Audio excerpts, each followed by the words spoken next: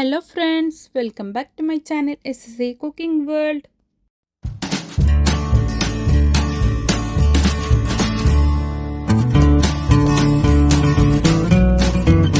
ഇന്ന് ഞാൻ നിങ്ങളുടെ മുമ്പിൽ വന്നിട്ടുള്ളത് നല്ല ടേസ്റ്റി ആയിട്ടുള്ള നമ്മുടെ ബേക്കറിയിലെ കൊച്ചിൻ ബേക്കറിയിലെ കിട്ടുന്ന നാണം കട്ടയിലെ നമ്മൾ നാട്ടിൽ ബേക്കറി ബിസ്ക്കറ്റ് എന്നും പറയും. അതിൻ്റെ റെസിപ്പിയുമായിട്ടാണ്.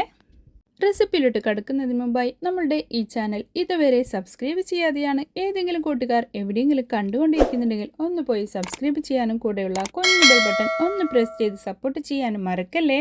എന്നാലേ ഞാനിടുന്ന പുതിയ പുതിയ വീഡിയോസിൻ്റെ നോട്ടിഫിക്കേഷൻ നിങ്ങളിലെത്തുകയുള്ളൂ. നിങ്ങൾക്കത് അപ്പോഴപ്പോൾ തന്നെ കാണാനും പറ്റത്തുള്ളൂ. ഇത് പെർഫെക്റ്റ് ആയിട്ട് എങ്ങനെ ഉണ്ടാക്കാമെന്ന് ഓവനിൽ വെച്ചിട്ടും ഞാൻ ചെയ്ത് കാണിക്കുന്നുണ്ട്, അതുപോലെ തന്നെ എയർ ഫ്രയറിലും ചെയ്ത് കാണിക്കുന്നുണ്ട്. അപ്പോൾ രണ്ട് മെത്തേഡും എങ്ങനെയാണ് ചെയ്യുന്നതെന്ന് നമുക്ക് നോക്കാം. ഇതാ കണ്ടില്ലേ, ഇതിൻ്റെ അകത്തൊക്കെ നല്ല പെർഫെക്റ്റ് ആയിട്ട് തന്നെ ഉണ്ട്.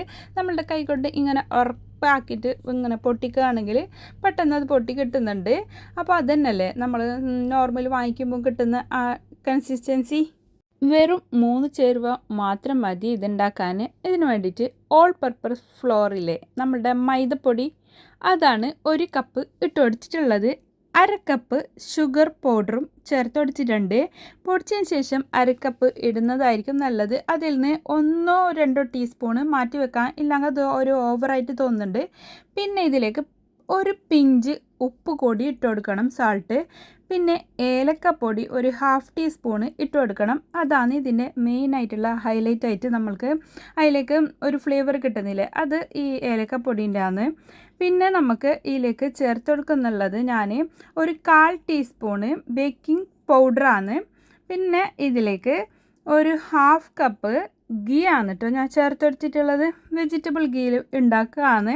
ഇത് ബട്ടർ ഉണ്ടെങ്കിൽ അത് മെൽറ്റ് ചെയ്തിട്ട് ഉണ്ടാക്കാം, ഇല്ലെങ്കിൽ നമുക്ക് മറ്റേ മാർഗരറ്റ് എന്ന് പറഞ്ഞ് നമ്മൾ പപ്സൊക്കെ ഉണ്ടാക്കുമ്പോൾ ഇടുന്നില്ലേ, ആ ബേക്കറിയിലൊക്കെ കിട്ടുന്ന അത് വാങ്ങിച്ചിട്ടാലും മതി. അപ്പോൾ നമുക്ക് ഇത് മൂന്നും നമ്മളുടെ കയ്യിൽ എപ്പോഴും ഉണ്ടാകുന്ന സാധനമല്ലേ. ഇനി അപ്പോൾ അത് വെച്ചിട്ട് നമുക്ക് എളുപ്പത്തിൽ ഈ ബേക്കറിനൊക്കെ വാങ്ങിക്കുന്നതിനേക്കാളും വീട്ടിൽ തന്നെ ഉണ്ടാക്കി കഴിക്കുമ്പോൾ അതിനൊരു പ്രത്യേക ടേസ്റ്റ് അല്ലേ. അപ്പോൾ അതാ ഇത്രയും മതി കേട്ടോ. ഇതിൻ്റെ മാവ് കുഴച്ചെടുത്തത് ഇതിലൊക്കെ വെള്ളമൊന്നും ചേർക്കണ്ട, വെറും ഇത് മാത്രം ഗീ മാത്രം ചേർത്തെടുത്തിട്ടാണ് ഇനി ഞാൻ കുഴച്ചെടുത്തിട്ടുള്ളത്. എന്നിട്ട് നമുക്ക് കൈകൊണ്ട് ഓരോ ബോൾസ് ആക്കിയിട്ട് എടുത്തിട്ട് 2 കയ്യിൽ വെച്ചിട്ട് ഇങ്ങനെ ബോൾസ് ആക്കിയിട്ട് റൗണ്ട് ആക്കിയിട്ട് എടുക്കണം. അതാണ് അതിൻ്റെ പെർഫെക്റ്റ് ആയിട്ട് നമ്മൾ വാങ്ങിക്കുമ്പോൾ കിട്ടുന്ന അതേപോലെ തന്നെയല്ലേ ഉണ്ടാകുന്നത്. അതേ ഷേപ്പിലാക്കി നമുക്ക് എടുക്കാം. പിന്നെ നമുക്ക് ഇഷ്ടമുള്ള ഷേപ്പ് എന്താണോ അത് വെച്ചിട്ടും അതുപോലെയും ഇല്ലെങ്കിൽ കുക്കീസ് കട്ടർ ഉണ്ടെങ്കിൽ അതിൻ്റെ ഷേപ്പിലാക്കിയിട്ട് കട്ട് ചെയ്തിട്ട് എടുക്കുകയാണെങ്കിൽ അങ്ങനെയും നമുക്ക് ചെയ്യാം. അതൊക്കെ അവരവരുടെ ഇഷ്ടത്തിനനുസരിച്ച് ചെയ്യാവുന്നതേ ഉള്ളൂ. ഇത് ഞാൻ കൈ കൊണ്ട് തന്നെ ബോളാക്കി അടിച്ചിട്ട് 2 കയ്യിൽ ഇതുപോലെ ആക്കിയിട്ടാണ് ഇതിനെ ഉരുട്ടിയടിച്ചിട്ട് അതിലേക്ക് വെച്ച് കൊടുക്കുന്നുള്ളത്. ഇത് ഞാൻ ഫസ്റ്റ് ഉണ്ടാക്കുന്നുള്ളത് മറ്റേ എയർ ഫ്രയറിൽ വെച്ചിട്ടാണ്. അപ്പോൾ എയർ ഫ്രയറിൽ ഞാൻ ഉണ്ടാക്കുമ്പോൾ ഒരു 5 പീസെണ്ണം ഞാൻ അതിലേക്ക് വെച്ചൊടിച്ചിട്ട് ആക്കുന്നുണ്ട്. പിന്നെ രണ്ടാമത് ബാക്കിയുള്ളതാണ് ഞാൻ ഓവനിൽ ചെയ്തെടുക്കുന്നുള്ളത്. ഈ 1 കപ്പ് മാവ് വെച്ചിട്ട് നമുക്ക് 15 എണ്ണം ഈ അളവിൽ കിട്ടുന്നുണ്ട്. ഇതിനേക്കാളും ചെറുതാക്കുകയാണെങ്കിൽ കുറച്ചും കൂടി കൂടുതൽ കിട്ടും. ഇതാണ് പെർഫെക്റ്റ് പാകം.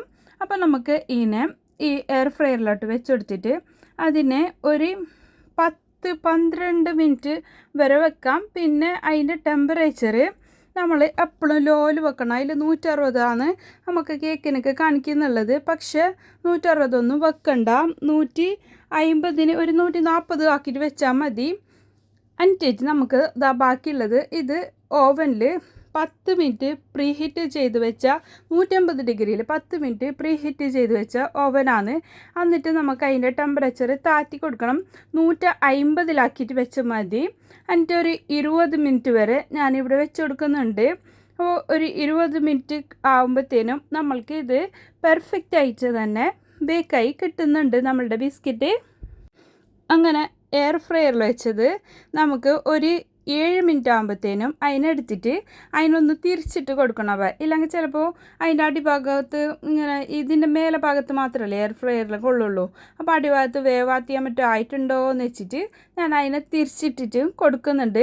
നോർമൽ ഞാൻ മറ്റേ കുക്കീസ് ഉണ്ടാക്കുമ്പോഴത്തേനും ഇതുപോലെ തിരിച്ചിട്ടിട്ട് കൊടുത്തിട്ടുണ്ട് കേട്ടോ. അപ്പോൾ ഇതിന് നല്ല ക്രാക്കൊക്കെ വീണിട്ട് ഇങ്ങനെ പൊട്ടിയിട്ടൊക്കെ അല്ലേ സാധാരണ അത് ഉണ്ടാകുന്നത്, അങ്ങനെ പൊട്ടിയിട്ടൊക്കെ ആയിട്ട് വരുന്നുണ്ട്. ഇതും 10-12 മിനിറ്റ് കറക്റ്റ് ആയിട്ട് ആകുമ്പോഴത്തേനും ഇതാ കണ്ടില്ലേ, പൊട്ടിയിട്ട് ഇങ്ങനെ വിണ്ട് കയറിയിട്ടെല്ലാം വരുന്നുണ്ട്. പക്ഷേ ഓവനിൽ ചെയ്തത് ഇത്ര നല്ലോണം പൊട്ടിയിട്ട് ഓപ്പൺ ആയിട്ടൊന്നുമില്ല. നല്ല പെർഫെക്റ്റ്. നമ്മൾ എങ്ങനെ മേങ്ങുമ്പോൾ ഓരോന്നാണ് ഇങ്ങനെ ക്രാക്ക് ഉണ്ടാകുന്നത്, ഓരോന്ന് ഇങ്ങനെ ഓപ്പൺ ആവാത്ത തന്നെ ഉണ്ടാവും. പക്ഷേ ഇതിനകത്തും പുറത്തൊക്കെ നല്ല പോലെ വെന്തിട്ടും ഒക്കെ ഉണ്ട്. എപ്പോഴും നമ്മൾ ശ്രദ്ധിക്കേണ്ട കാര്യം, കുക്കീസ് ഇതുപോലെ ബിസ്ക്കറ്റ് നാടൻ കട്ടായി ഇതൊക്കെ ഉണ്ടാക്കുന്ന ടൈമിൽ ഉണ്ടാക്കി കഴിഞ്ഞിട്ട് തണുത്തതിന് ശേഷമാണ് നമ്മൾ ഇതിനെ സെർവ് ചെയ്യാൻ വേണ്ടിയിട്ട്. ഇല്ലെങ്കിൽ നമുക്കത് കുറച്ച് സോഫ്റ്റ് പോലെയൊക്കെ ആയിട്ടുണ്ടാവും.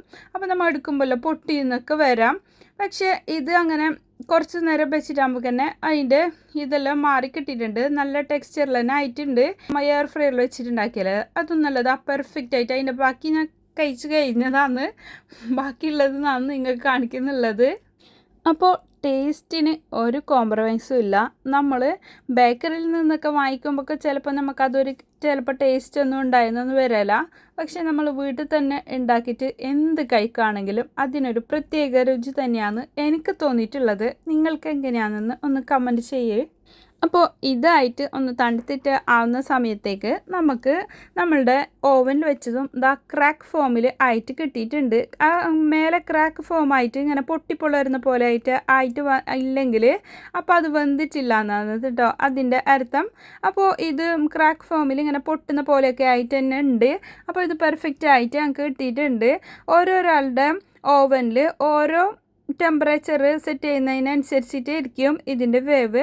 എനിക്കിവിടെ 150 ഡിഗ്രിയിൽ 20 മിനിറ്റ് ആയിട്ടാകുമ്പോൾ തന്നെ ഇത് വെന്ത് കെട്ടിയിട്ടുണ്ട്. നല്ല പെർഫെക്റ്റ് ആയിട്ട് കിട്ടിയിട്ടുണ്ട്. ഇപ്പോൾ തൊടുമ്പോൾ ഭയങ്കര ചൂടുണ്ടാവുക, അത് പൊള്ളുന്നു. അത് കുറച്ച് തണിഞ്ഞിട്ടായിട്ട് ഞാൻ കയ്യിലടിച്ചിട്ട് അതിൻ്റെ അടിഭാഗമൊക്കെ എങ്ങനെ ഉണ്ടെന്ന് കാണിച്ചു തരാം.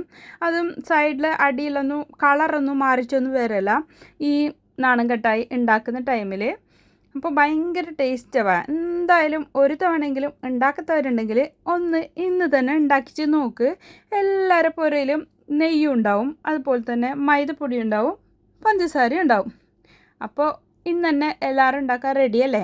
എൻ്റെ ഈ റെസിപ്പി നിങ്ങൾക്ക് എല്ലാവർക്കും ഇഷ്ടപ്പെട്ടെന്ന് ഞാൻ വിചാരിക്കുന്നു. ഇഷ്ടപ്പെട്ടാൽ ഞാൻ എന്നും പറയാറുള്ളത് പോലെ നിങ്ങളുടെ ഫ്രണ്ട്സ് ആൻഡ് ഫാമിലിക്ക് ഒന്ന് ഷെയർ ചെയ്ത് കൊടുക്കാനും ലൈക്ക് ചെയ്യാനും നിങ്ങളുടെ വിലയേറിയ അഭിപ്രായങ്ങൾ താഴെ കമൻറ്റ് ബോക്സിൽ കൊടുക്കാനും മറക്കല്ലേ. ഇതാ കുറച്ച് തണുത്തതിന് ശേഷമാണ് ഞാനിങ്ങനെ കയ്യിലടിച്ചിട്ട് കാണിക്കുന്നുള്ളത്. അതിൻ്റെ അടിഭാഗമൊക്കെ കണ്ടില്ലേ, നല്ല പെർഫെക്റ്റ് ആണ്. അപ്പോൾ thanks for watching. Bye bye.